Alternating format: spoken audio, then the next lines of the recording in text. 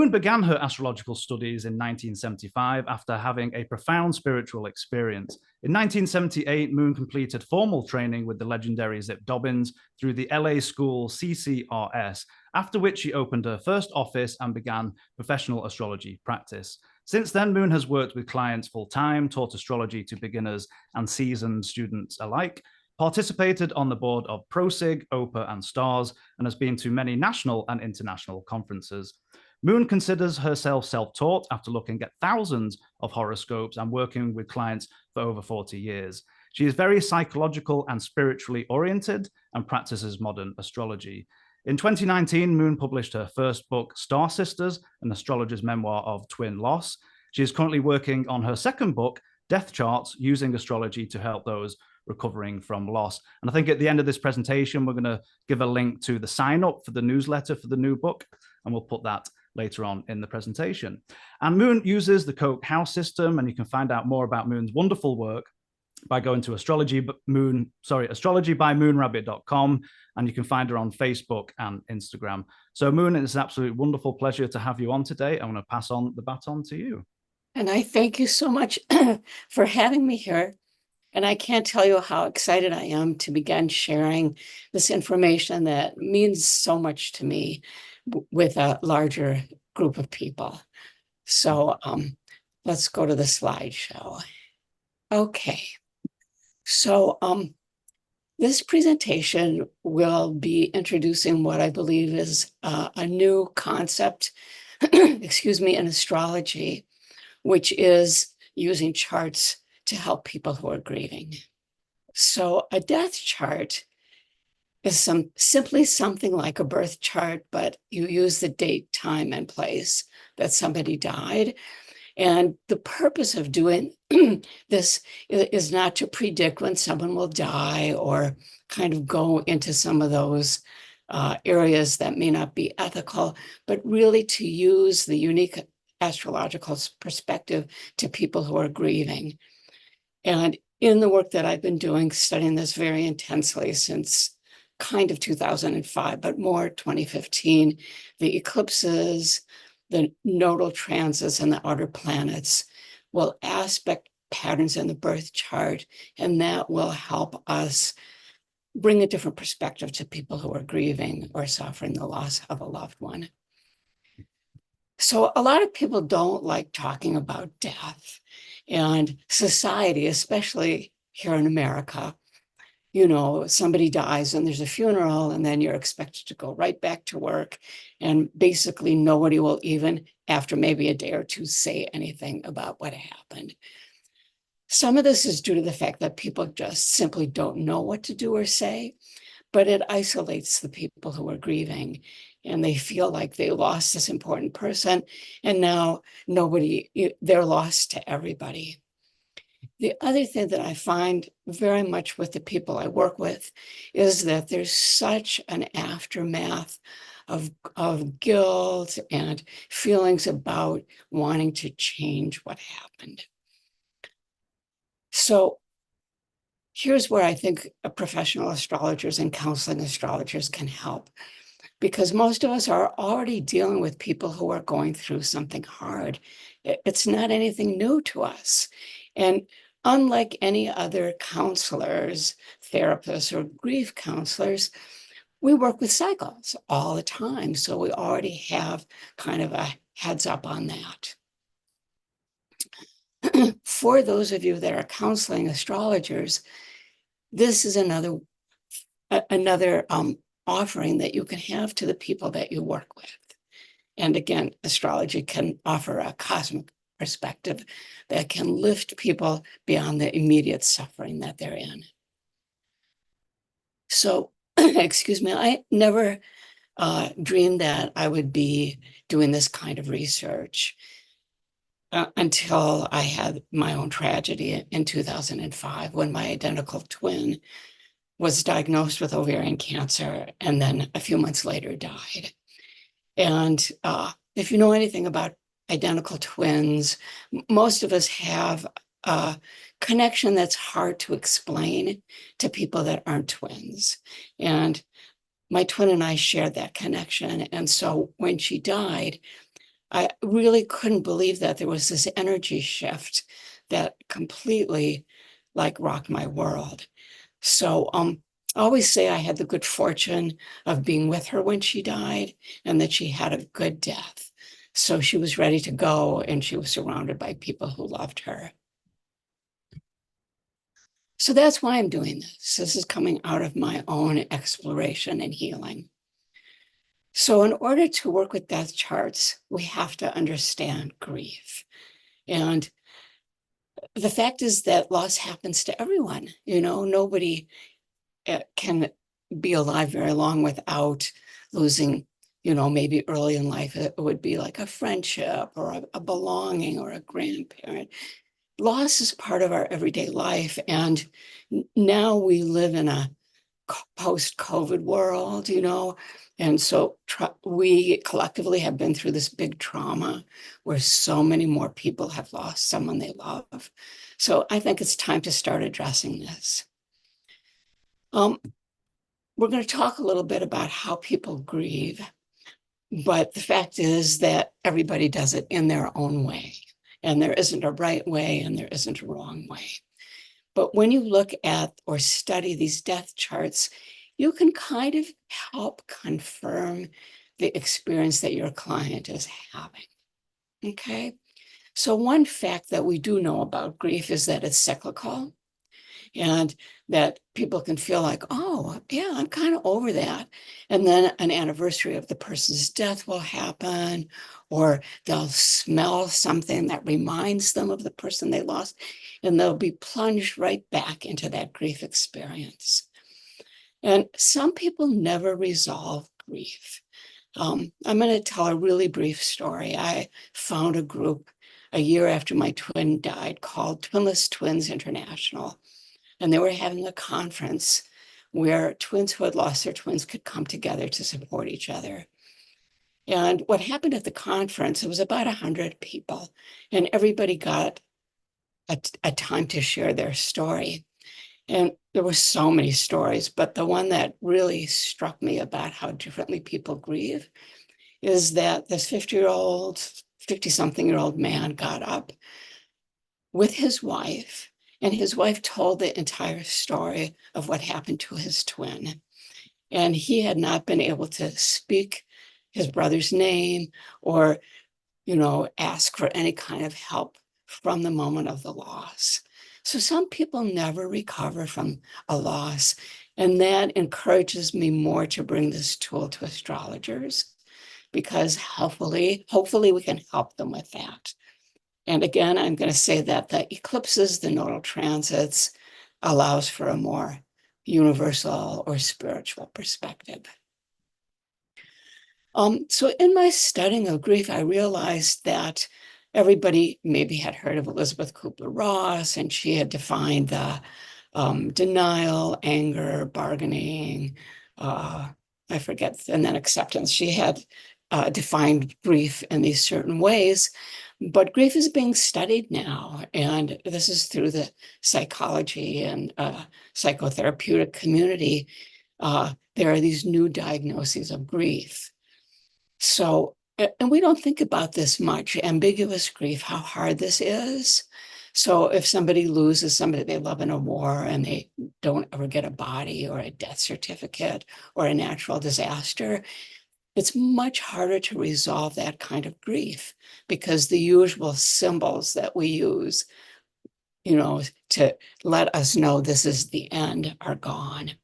And disenfranchised grief is in that category as well. So everybody goes through a breakup, and many people go through divorce or infertility, or they lose a job. And that brings a certain kind of grief with it. And I found that grief is compounded. So when you have a loss, every future loss it re-stimulates particularly the unresolved part of the old grief. And so this kind of brings us to the complicated grief. And this is when people are unable to return to their daily activities, like the twin I told you about that was so frozen after his twin died. So I've made this proposal that possibly complicated grief will show up more often in transits of Saturn, Neptune, or Pluto. And we're going to be talking about all of this in much more depth. So part of what happens for people who are left behind is not just the person is gone, but the survivor's identity is broken in some way. So first, when you lose someone you love, you have to face your own mortality. Like if that person could be gone, that I could be gone too. And that's scary. In families, like when you lose your parents, you might become the oldest living member of your family. Now you're the elder, instead of your parents. When you lose your parents, you may feel like suddenly you're an orphan. When you lose a sibling, you could become an only child. And parents who lose a child suddenly are not seen outwardly as parents anymore. So this identity crisis pretty much impacts everybody. Even in a friendship, which I didn't put up there, people can feel like this shift. Who am I now without this person in my life? So in the counseling work I do, there are some themes that people say over and over again. I could have done something. What if I'd done this? And there's this kind of guilt, even if they were in the room with the person who was dying and they left to go get a drink of water. And I believe that dying people can actively kind of release themselves from life at their choice. But people will come and they'll say, oh, I had to go to the bathroom and I left the room and I feel so guilty. So there seems to be something in all of us that guilt and loss triggers a lot of regret. And kind of the bottom line, I think, for so many people is that we're so powerless in the face of death. I mean, you can't do anything, and it's hard to accept that feeling powerless. So often the mind will take us into the woulda, coulda, shoulda. Okay. Then the other thing is I didn't resolve my issues with this person while they were alive, so now I can't ever make that all right. And I know that that's not true from kind of my own experience in working with people, is that people can come to terms and find peace, even if somebody isn't around to resolve with in person.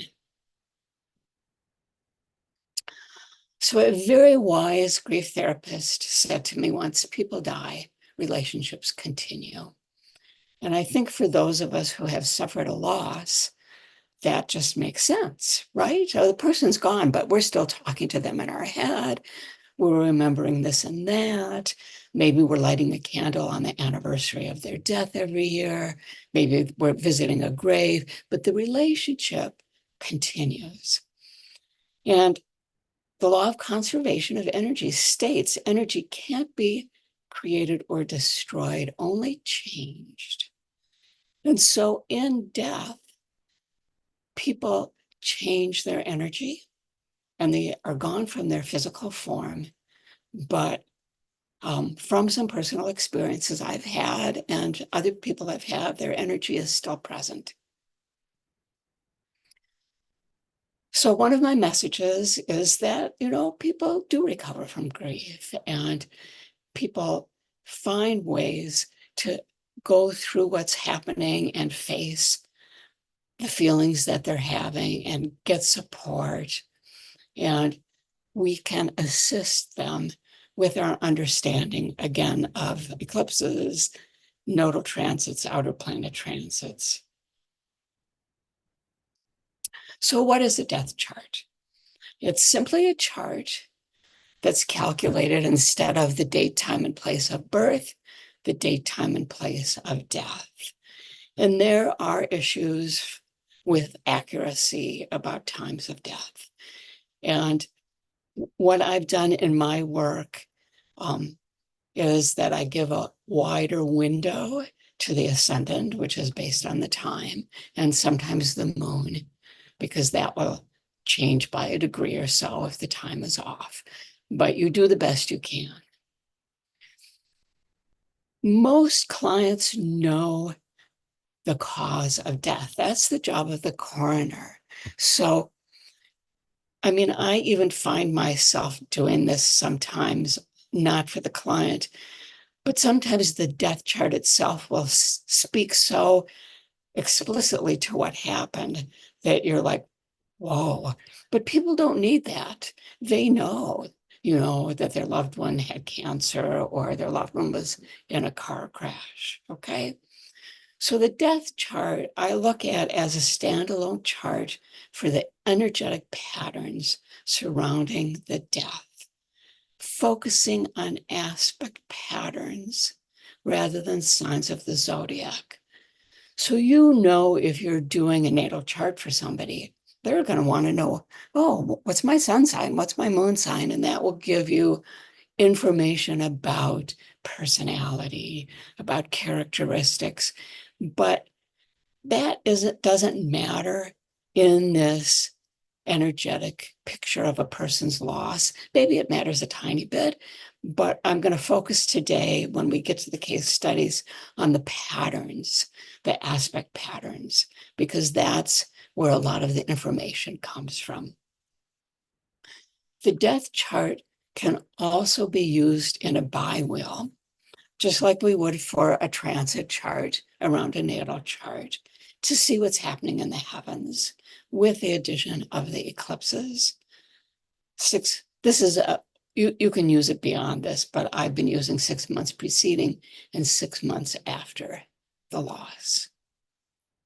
Okay, so I'm starting our case studies today with kind of the inception point in my life, which is the death chart of my twin. And I have really studied this chart for a very, very long time. So I believe that the ascendant works as the last breath, just like it does in a birth chart for the first breath.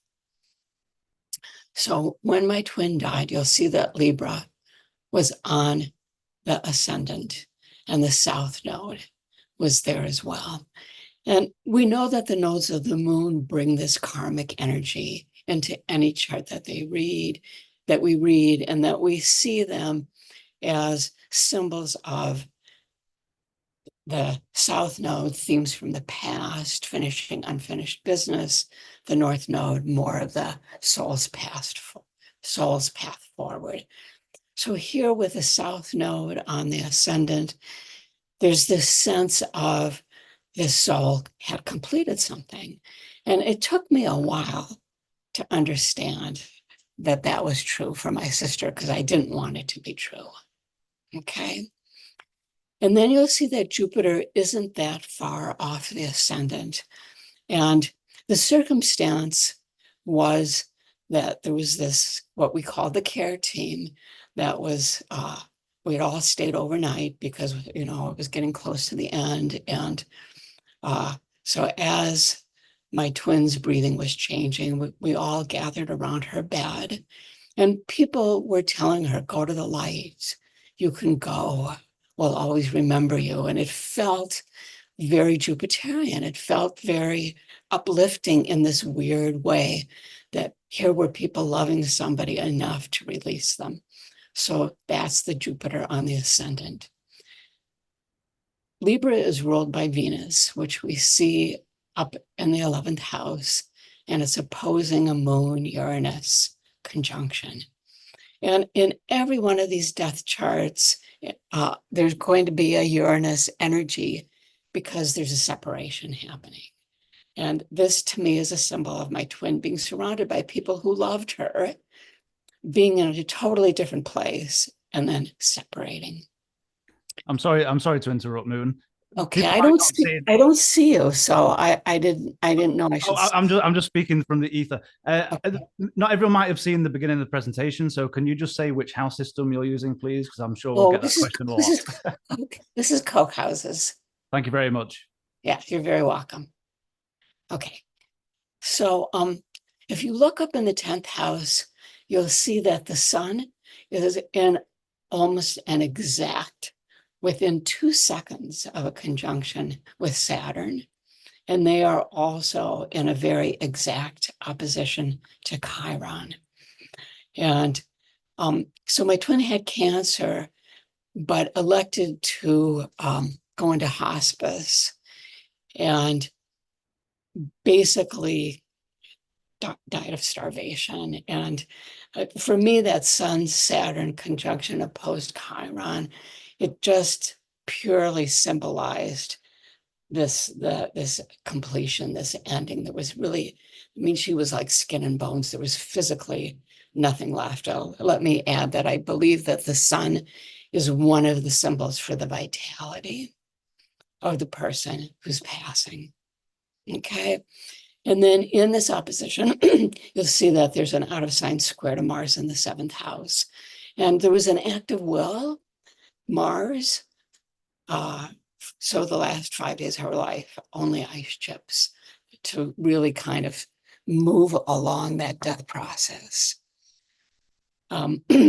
There's this angular Chiron on the nadir, and then that Sun Saturn angular. And, so the timing of this is if something was happening, something was happening. And then you'll see that Mercury was stationary.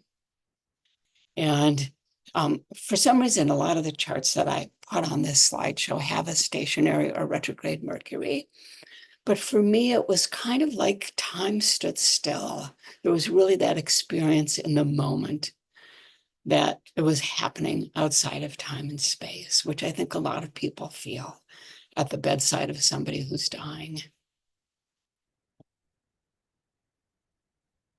Okay, so I'm the inner chart here, and the death chart that we just saw is on the outer wheel. And well, let's start with Uranus in the 1st house at 10 degrees Pisces, opposing my natal 7th house sun, which was also, of course, my twins' natal 7th house sun. And being an astrologer, I had been seeing that coming. And I don't know about you, but I always kind of try not to get too far ahead of what's happening. But you notice these things and you think, what in the world is coming with that, right?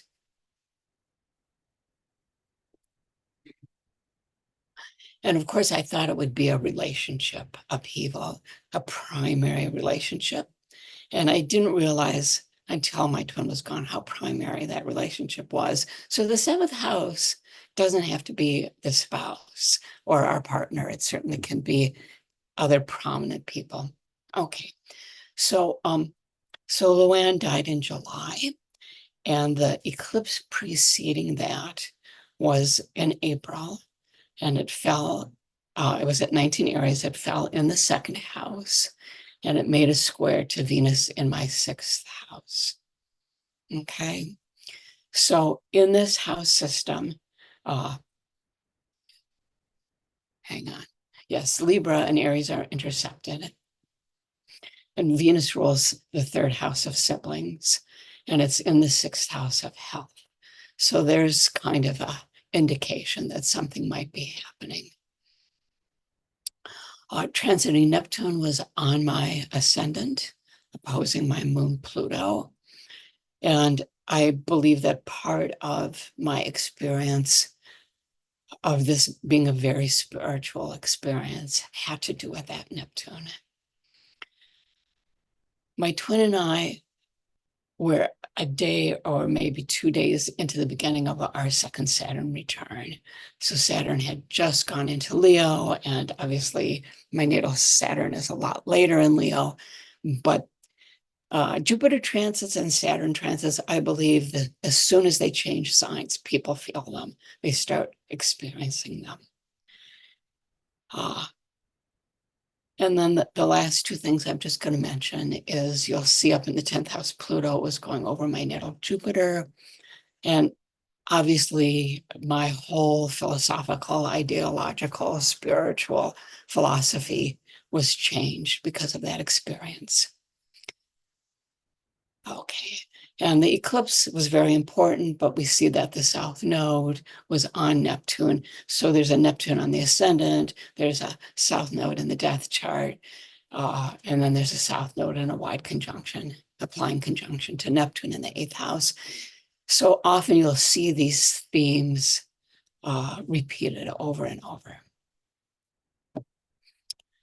So now I'm bringing in client charts and experiences, case studies to see how to teach you a little bit about how to work with some of this. Okay, so this is a client of mine whose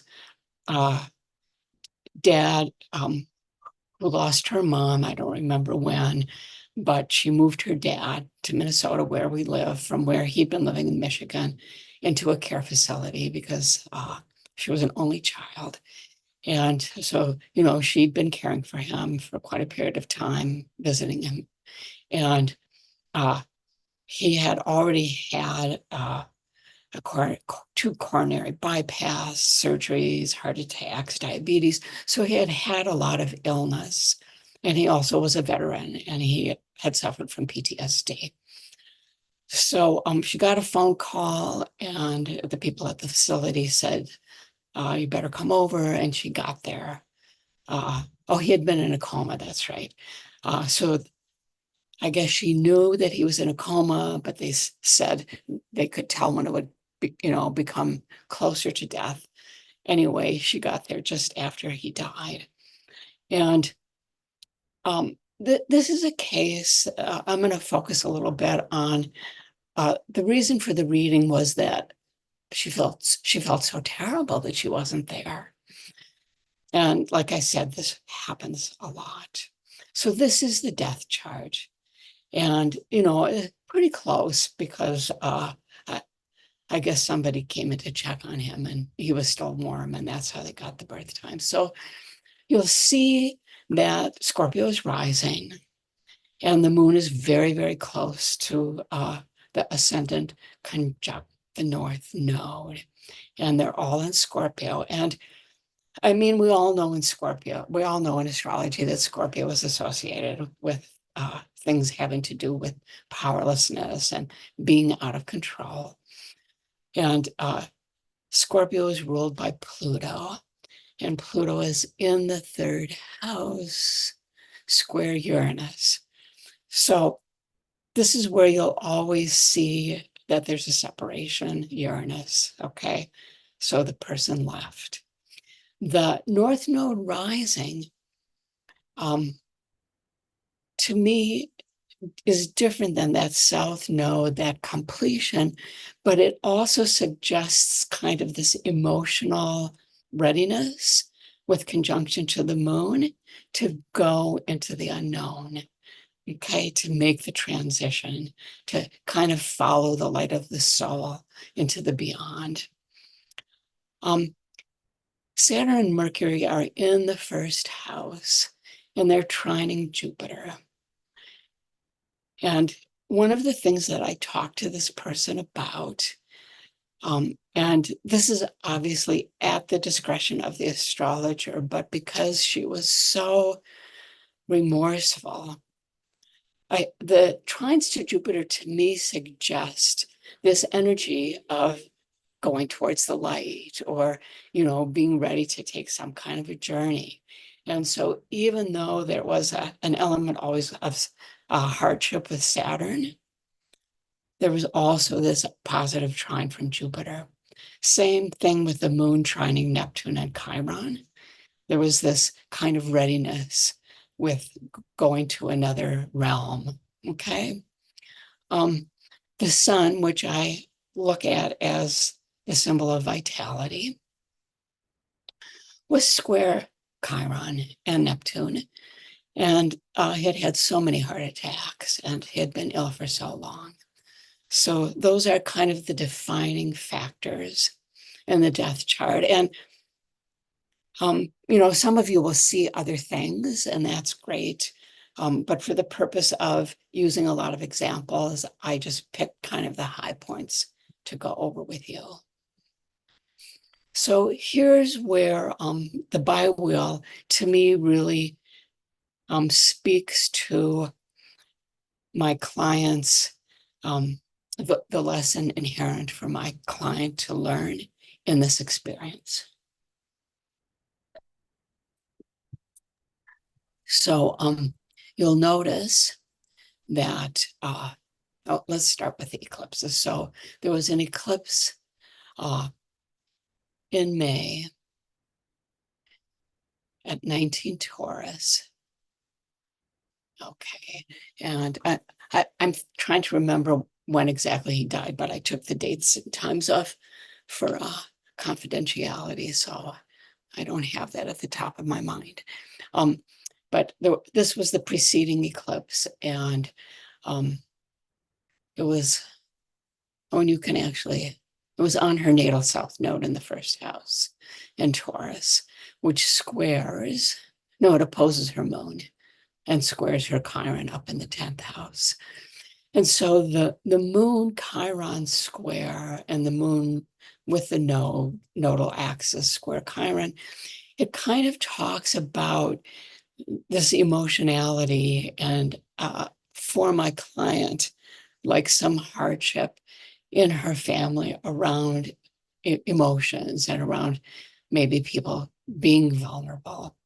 And that when the nodal axis is conjunct the moon, there's this history with members of the family that could go beyond this current existence.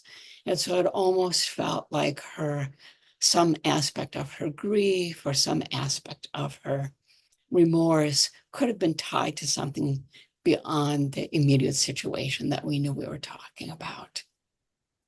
Hello, Moon. Sorry to interrupt again. We're getting some similar questions coming in. So in terms of the Koch house system, are you using that because of the accuracy in your research, or is it just a house system you've used all through your career? Yes, that's an excellent question. And yes, it's the second one. This is what I've been using for such a long time. And I know, like, when I did the podcast with you, Callum, put these into equal house. And that was really stunning too. And it's basically my philosophy as an astrologer that many different systems will yield very similar results. And so I haven't researched any other house systems. And I haven't researched using progressions in death charts. I haven't researched using solar arc and progressions. So I decided at the beginning of my research, because the results were so stunning when I began with my twins chart, that I would keep my focus small.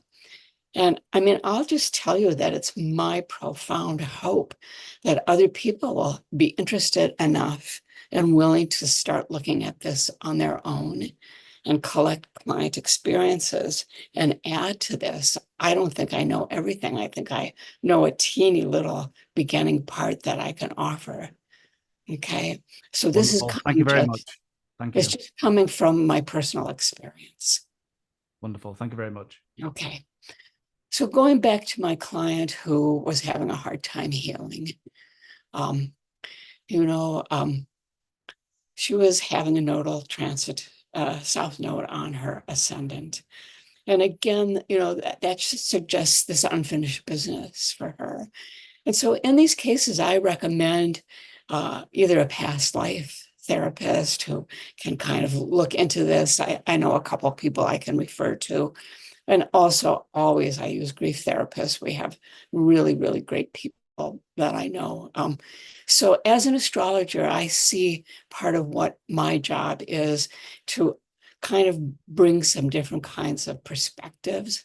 I'm not a trained grief therapist or a healer, but I can bring perspective to people that will allow them to move in a different way than they might have. So the eclipses activating the nodal axis, the transiting nodes on my client's ascendant, this led me to believe that there was more kind of history to this event, and it wasn't just grief and remorse about the moment. Okay. Now, I talked before in kind of the introduction, where sometimes when you see here's Saturn transiting the moon, that sometimes that can go into a situation where the person can have a complicated grief. And I met with this person in an ongoing way, and they didn't. But this was they were an only child. This was the final parent that they lost. And they were in that place of feeling like an orphan and really kind of having a lot of emotional readjustment to do in relationship to that. Okay, so I'm just putting pictures in because we sometimes need a break from some of these things. Okay. Here's another case study, and I'm sharing this one in particular because this was very, very different from the last person. So this client was a very kind of psychic person already. And so she had this very unique experience of having her husband leave the house to go to his job. And then she heard him like 15 minutes later come in the front door. And she was like, what's going on? And she went to see what was happening. And of course, nobody was there. And she had this moment of recognition. Oh, something happened. And then she got the phone call. So the other part is just kind of more circumstantial.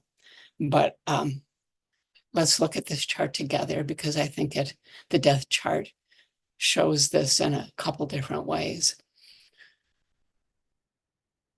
So I'm going to start with the midheaven instead of the ascendant here. But if you look up at the top of the chart, Chiron is there along with Neptune. And Neptune, to me, represented the wife's psychic experience, that they were so connected, the two of them, that yes, she got the door opening kind of to let her know. And then the Chiron, she knew something bad had happened. There was some kind of a wound that happened. Okay, now we'll go back to the ascendant, which is Taurus, ruled by Venus. And Venus is in Gemini. And Venus and Juno are conjunct. And to me, this is another symbol, a representation of their love. It's not making a major aspect. It's sextiling Mars, and Mars is square the sun. So Mars is square the sun. It was an accident, which we know that Mars represents. And so, that kind of fits the picture. The sun is also in a sesquisquare, which I don't use a lot. Why isn't that showing? Oh, it's Mars. I put that up wrong. The Mars is in a sesquisquare, sorry, to the Jupiter and Uranus in the 11th house. And I'm just going to say this. I'm still kind of reflecting on this a little bit, but I've seen quite a few death charts where Uranus and Jupiter are conjunct, and people will say that this was a head-on, like both people were believed to have died instantly. So the Jupiter will expand the Uranus, the sudden departure, the unexpected nature of the departure. Okay, and here's another chart where Mercury was retrograde and in a really good trine to Pluto. So, this is just something I'm thinking about, is these instances of retrograde Mercury showing up. Okay, then for the 8th house, there's a little bit of wiggle room. We could kind of say that Moon Pluto was in the 8th house. If you used a different house system, it might be. Well, the moon is there. Wait, no, so the moon and Pluto are conjunct in the 8th house, but I'm not finding that the 8th house in the death chart necessitates anything, because we're already looking at a bigger symbol for the person's death. Okay, So now I want to point out something in the natal chart for you. And so here we have my client with a Venus-Mars conjunction in her natal 8th house, squaring Pluto. Okay. And back in the 70s, when I was studying with Zipporah Dobbins, she proposed that nothing will really happen in the course of a person's lifetime that isn't presented as a natal promise in their birth chart. And I'm not doing this so much today, but I am in the book going through and kind of digging into what appears to be the suggestion, never the prediction of what could be happening. And so here is somebody who has a very, very strong relationship, Mars-Venus connection, with a spouse in relationship to Pluto, which, can talk about a challenging relationship, but also can be symbolic of the loss of a spouse, which is echoed with Juno, an asteroid for marriage, being conjunct Pluto as well. Okay, but in terms of events, there was an eclipse at 25 Capricorn, very close to the North Node here, and squaring Mercury in advance of the death. And then the eclipse following was squaring my client's natal Chiron. That was at 19 Cancer here. And so the eclipse, the first eclipse on Mercury natally, that rules the Mars-Venus conjunction. So, we can see that reflecting the loss. And then the second eclipse with the Chiron kind of speaking to the woundedness that happened. I'm sorry to interrupt again, Moon. Just to clarify for people asking in the questions, you're always using the death chart in the outer wheel and then the client's natal chart in the inner wheel. Yes, that is correct. Thank you. Yes. Okay. So we'll see that it's just past her nodal return here. And obviously, there have been a lot of studies done on nodal returns and kind of the life-changing events. Okay. Transiting Saturn was coming into a conjunction with Pluto and making a square to the Mars-Venus. So this isn't always the case, but I feel I've seen it happen a few times where you look at the birth chart and this is a relationship, the loss of a primary relationship, a marriage relationship, which I would think of as, symbolized by the Mars-Venus, symbolized by the 7th house sun as well. But here transiting Saturn is activating that square. And I think that's something that counseling astrologers see a lot, that, when there's a difficult natal aspect and there's an outer planet transit, there will be a corresponding difficult event in the person's life. Not always death, but in this case, it was. Okay. Transiting Jupiter, not far off her Moon-Pluto opposition. So I use up to 10 degrees with the sun and the moon. And so the moon is widely opposing Pluto. And the moon does get pulled into the Mars-Venus square if you give it a 10-degree orb. And so here we have Saturn opposing the moon, during the loss, and Jupiter just leaving the transit. And I spoke earlier about the suddenness of it. One of the things that I spoke about, so hang on, transiting Pluto here. Okay, it's applying to her 3rd house Jupiter, and she had gotten, I think, a master's in creative writing. And this, of course, changed her worldview tremendously. And she went on to author a book, in some ways in her husband's honor, about his experiences in the military and her thoughts about that. Okay. So this is, I think of, the previous situation. It's very, very tragic. They had two small children. It came so completely out of the blue. It's much harder in those situations, in some ways, to deal with the aftermath. But this was a young woman coming up to her first Saturn return, and she and her grandma were really, really close. And she got a phone call that her grandma had been in a car accident. And here is the death chart.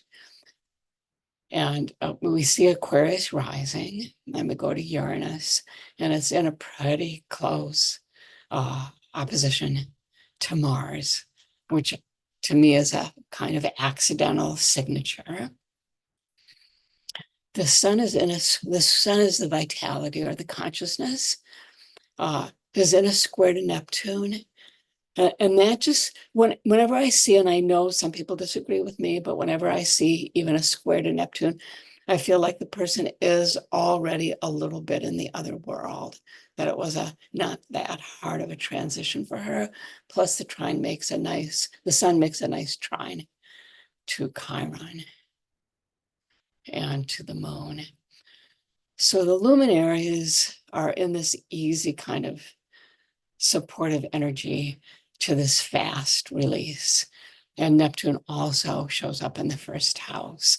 So when people are grieving, and obviously everybody's grieving, this idea, and I would never ever say to a person who's grieving, oh, your grandma's in a better place, because that minimizes the feelings they're going through.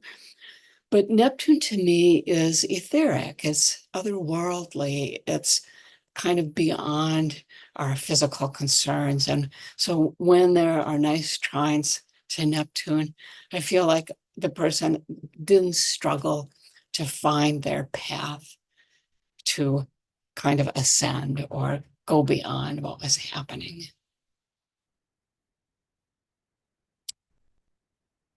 Okay, so the time of death was approximate in this case.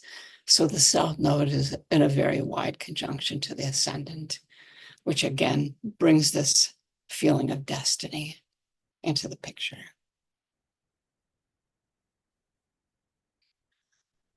Okay, so before the event, there was an eclipse at 28 degrees Leo, right at the top of my client's chart, conjunct her South Node, and then the eclipse following was right at the bottom of the chart. So this is, we think of this axis as the parental axis, and her grandma was like almost another parent to her in a way. And so this was like really symbolized to me that her family and that anchoring that she got from another generation and her family was gone. Oh, I didn't do that. I want to always try and keep everything the same, but I didn't. So we have Scorpio rising here and Pluto on the ascendant. And that is literal. Oh, no, I'm sorry. We have Scorpio, right? Sorry. This is the biwell. Excuse me. So my client is born with Pluto on the ascendant. This was the first major loss in her life. And Pluto is in a trine with the moon. So sometimes when I see Pluto on the ascendant and sometimes Scorpio rising, people will have big life losses early in life, like loss becomes a theme for them or powerlessness becomes a theme for them. But this was somewhat easy to integrate because Jupiter was going over the Pluto. She felt very, very supported by her family throughout the transition. She was in a very early stage of her Saturn return. It had not quite gone into Capricorn yet, but she was kind of coming to that age. And then Uranus was going over her Sun-Venus conjunction and squaring her moon. So, we know that Uranus by transit will have to do with separations. And so even just, you don't need to be working with death charts to see or speak about Uranus transit having to do with changes in related to separation, and with Venus, a separation of someone you love, square the moon, usually a member of the family. Okay. And I'm doing this all in retrospect, not in a predictive modality. So I would never use that kind of languaging to somebody who's coming for a forecast. I would talk about unpredictability, things that you're not expecting, and much more of that kind of languaging. Okay, Pluto, transiting Pluto, was opposing the moon and squaring the sun. So we're having a lot of major transits in this chart that all kind of reinforce the same part of the chart, which is the natal sun Venus square the moon. And this is the event that coincided with them. Okay.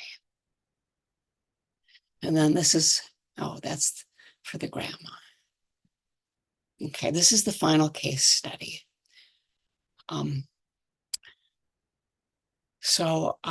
This is the loss of a child. I think this is a terrible experience for any parent. And this woman, her younger daughter was diagnosed with brain cancer, and obviously they tried everything, and there was no cure. And in the beginning of her daughter's illness, she was drawn to study astrology and developed a meditation practice. And she felt like that really, especially the meditation practice, gave her a different perspective once her daughter passed, because she had many experiences of her in dreams, and had this experience that her daughter was sending her signs when she was out in nature, feathers. Okay. And she also went on to write a book. These are people who in some way recover enough to make this event meaningful, to find meaning through loss in their lives. Okay. So Jupiter is rising. Sagittarius is rising. Sagittarius is rising with Jupiter again conjunct Uranus. And it was a fast departure, and they were opposing Saturn. She had been ill for a long time. I always feel like Sagittarius loves taking a journey, and they'll like take a journey anywhere. And so when Sagittarius is one of the signs of freedom and you see it on the ascendant, okay, 4 years of dealing with doctors and in and out of hospitals. And, it's a very, very difficult situation for the family and the 10-year-old. Pluto is conjunct the North Node in the first house, and it's making a square to Saturn and to the Uranus Jupiter. And to me, that's just a symbol of, there was nothing, they were powerless in the face of the cancer. There was nothing left to do. They had tried everything. And then there was this release into freedom.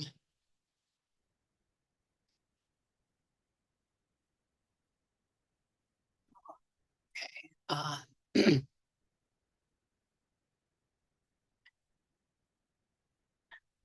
Venus and Mars are conjunct in the 10th house, and they're making a nice trine to Neptune. And this was another situation where the family was at the bedside, and there was a lot of love in the room, the mom said to me. Okay, and the sun was trining the sun Mercury, or trining the moon. And yet another example that I don't have a total explanation about of Mercury being retrograde. Okay, I want to talk a little bit about eclipses. I actually meant to do this earlier on in the talk. I don't know what happened to that slide. Okay. I started studying eclipses in 1980 because I happened upon another astrologer in my town who was very, very adept and skilled at talking about them. And it was her proposal that eclipses act on a different level than planets, and that they bring a kind of quality of destined events on a soul level.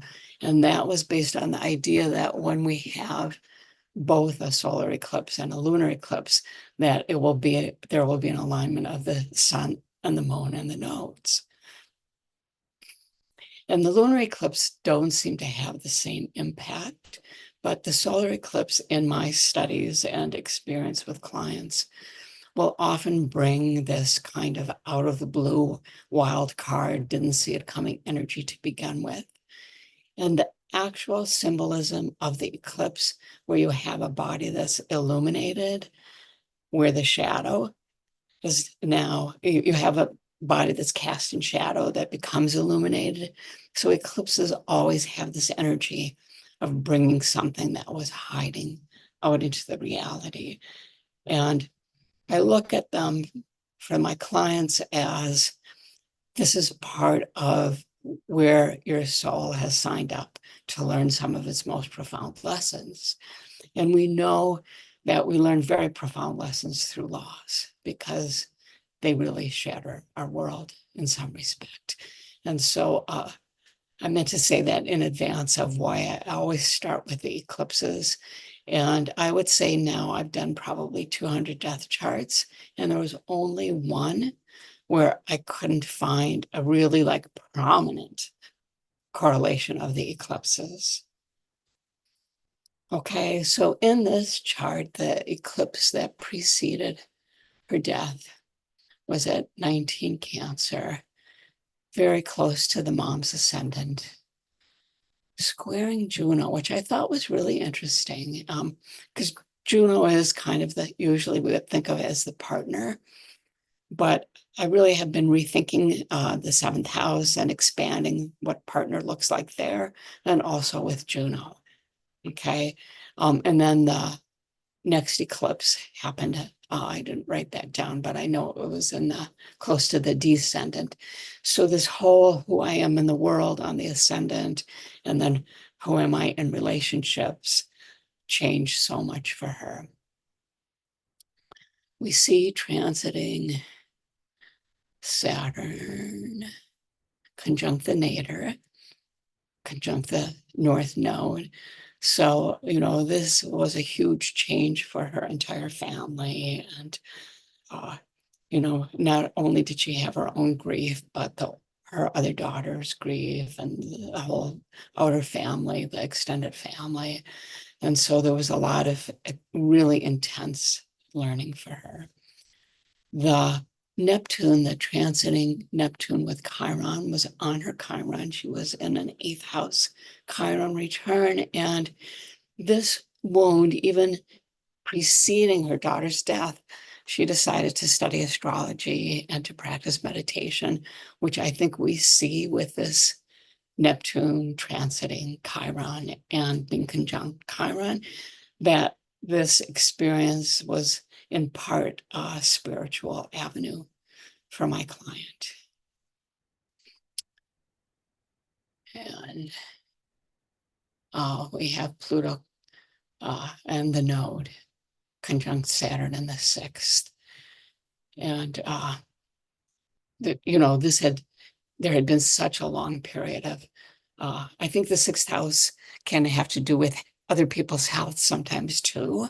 And she had been through such a long time of dealing with her daughter's health.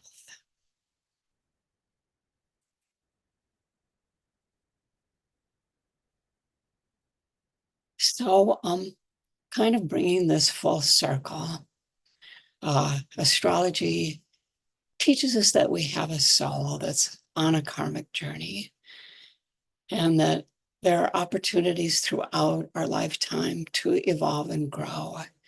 And I believe that we reincarnate for the purpose of gaining life experiences, and that every soul must experience everything that can possibly happen in a life. And from that perspective, loss and death are inevitable, and they can become part of a person's healing journey rather than something that leaves them lost or devastated. And obviously, death can teach us important lessons about living. And yeah. So because we're astrologers and we love astrology, and we see astrology as a tool for self-development and self-understanding, then we can use this to help people who are grieving.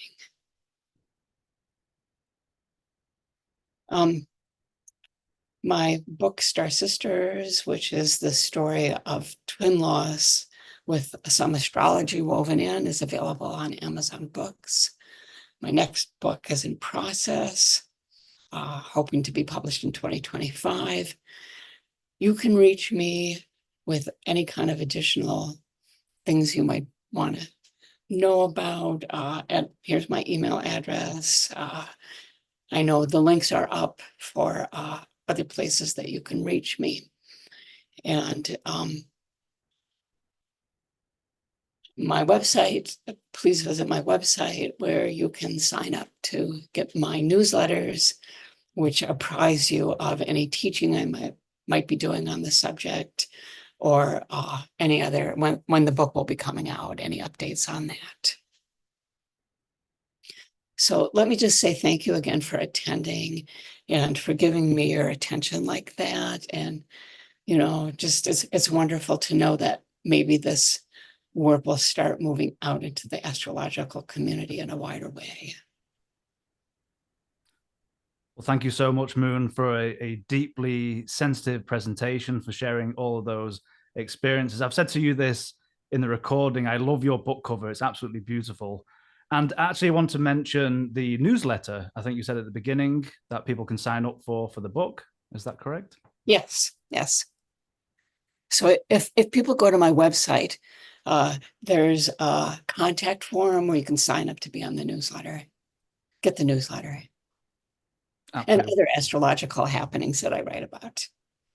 Absolutely wonderful. Again, thank you so much for a wonderfully informative and sensitively delivered presentation. I think you've resonated with many people here in the chat today, and thank you everybody for putting your comments in. So do you have time for a Q&A? Yes. Wonderful. I'm going to try and rephrase this question because it was a common one, and it was referring to you being an identical twin. And of course, at that time, were you experiencing any health issues yourself? But I think maybe speaks to a larger philosophical question that just because you're a twin doesn't necessarily, you're still an individual. So yes. I don't know if that kind of makes sense, but that's kind of the general questions. Yes, no, and it's a question that I thought about a lot as well. And so no, I was not having any health problems at the time. And my twin and I were born 23 minutes apart. And so we were 7 degrees apart on the ascendant.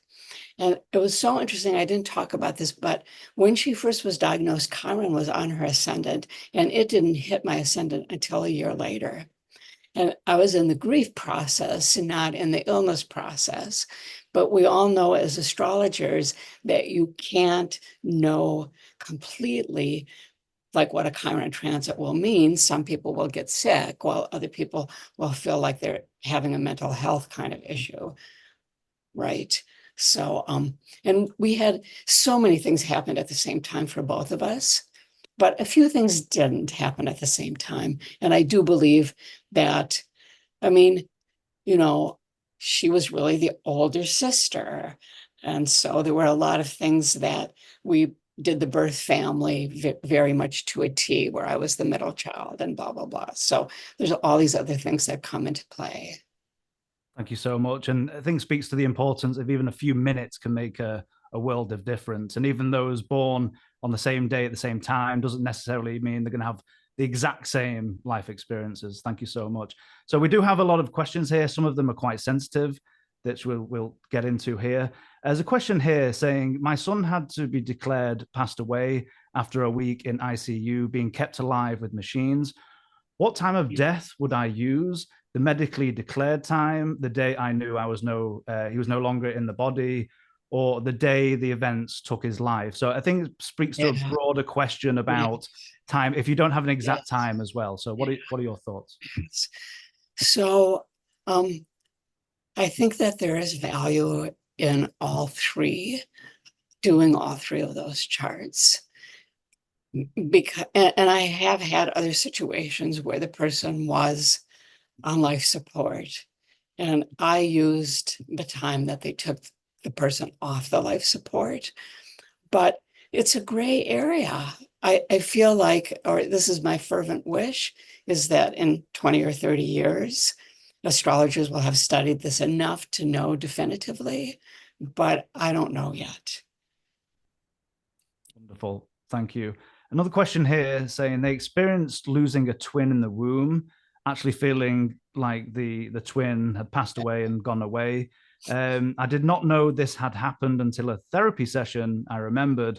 Do you know of any groups or writing about losing a twin in the womb? Yes. So Twinless Twins International now has a subgroup for that specific kind of loss. And just Google them. It's very easy to get involved, and the support is really amazing. So I recommend it. Thank you so much.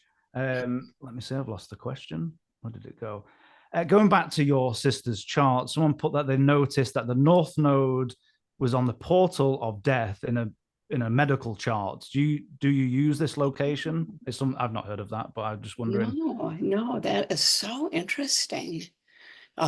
No, I don't know medical astrology. I'm just using the tools I got.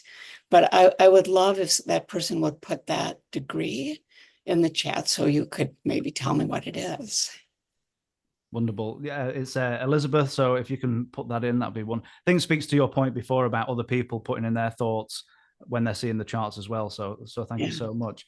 A question here: do you take a short narrative from your client before the chart reading? Yes, right. I do. It starts with, what are you hoping, to maybe have as what are you hoping to get out of this time together? How can I be of service to you? Where is the primary kind of sticking point? Because people who are kind of resolved about this don't look for astrologers. There always will be some angst or pain. But then I ask people, so because we live in this death phobic society, people don't get to talk about what happened very much. And so I have a form that people fill out, but often, so they'll tell me things, but often I'll say, would you like to tell me what happened? Because people are desperate to talk about it. Nobody wants to hear about it. Or like in their family, other people are grieving. So they're like, I can't bear your grief too. And then their friends are like, I'm sick of it. We have to keep talking about this person. It's very, very hard to get enough support.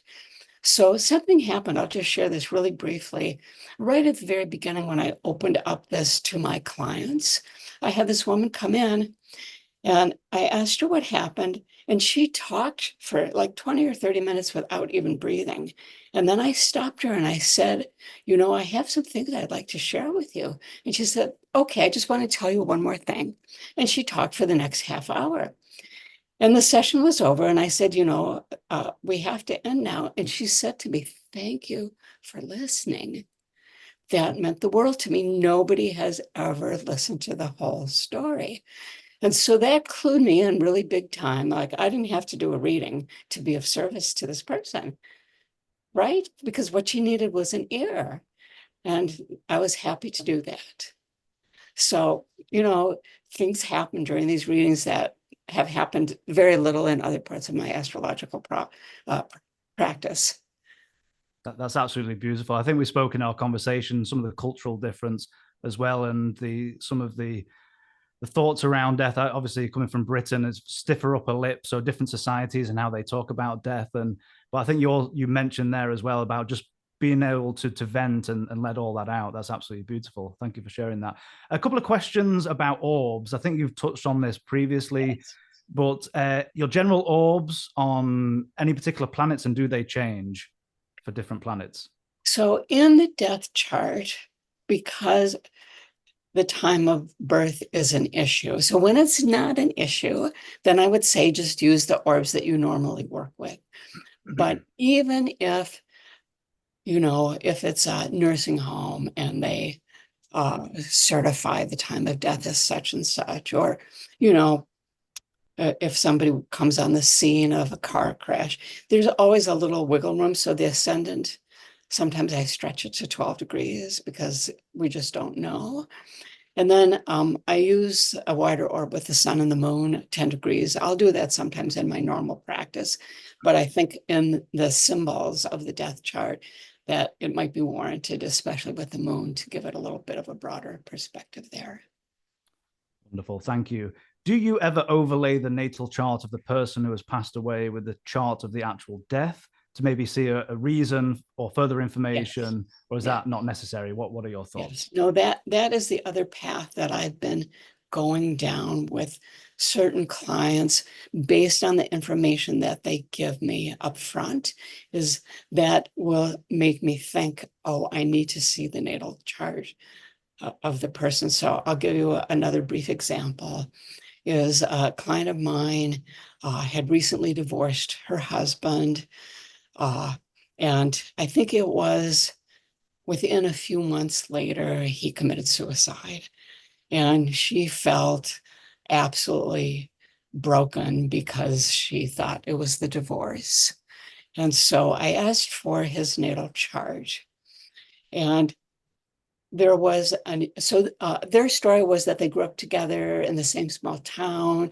They went to the same high school. They married right after high school. They got, they had these 2 children.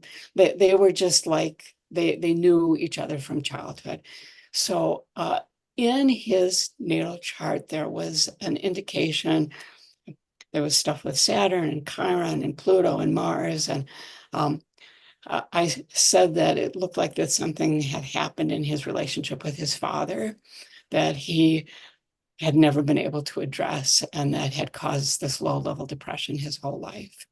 And that's what was getting triggered when he committed suicide. And she said, oh my God, how did you know that? Because she knew it, because they grew up together. And she said she was completely released of the guilt that she was carrying, because it was really about him. It wasn't really about her. Wow. Thank you for sharing that story. Thank you. Probably more of a philosophical question here. This is quite an interesting question. Is there a way to cheat the death chart if we can see these ahead of time using medical astrology to course correct? I think it's probably a question between fate and versus free will, more of a philosophical astrological question here. I mean, it does bring up those kinds of questions. And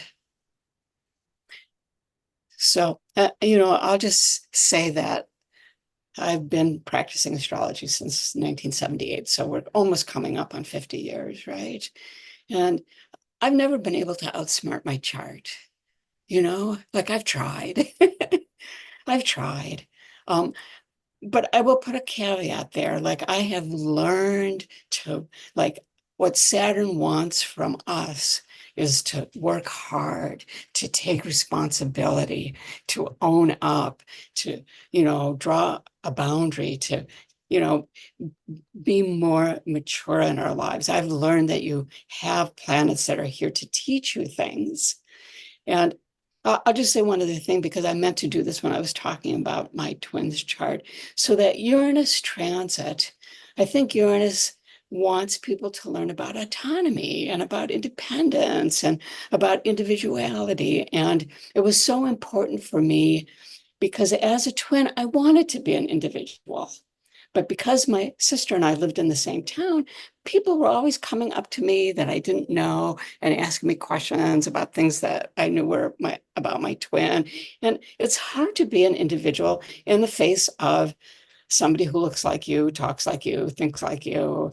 So when she was gone, there was this aftermath that I never would have anticipated. That was kind of this growing into my individuality in a way that kind of felt good, you know? So could I have her back? Would I prefer that? Or would I prefer the lesson of becoming an individual in my own right? It's really a toss-up. Wonderful. Such a beautiful story. Thank you so much for sharing. You were talking before about one of the teachers being Zip Dobbins. You referred to another teacher, someone saying, who was that other person that inspired Oh, you? that was, hang on, Joan. Let me think of Joan's last name. This was the person in eclipses. Davies, Joan Davies. She was very well known in the Twin Cities, but this was back in the late 70s and early 80s, and we didn't know people beyond our immediate sphere then because everything was in person and there was no internet. And so, you know, Joan taught at a local bookstore, but I don't think people would recognize her name.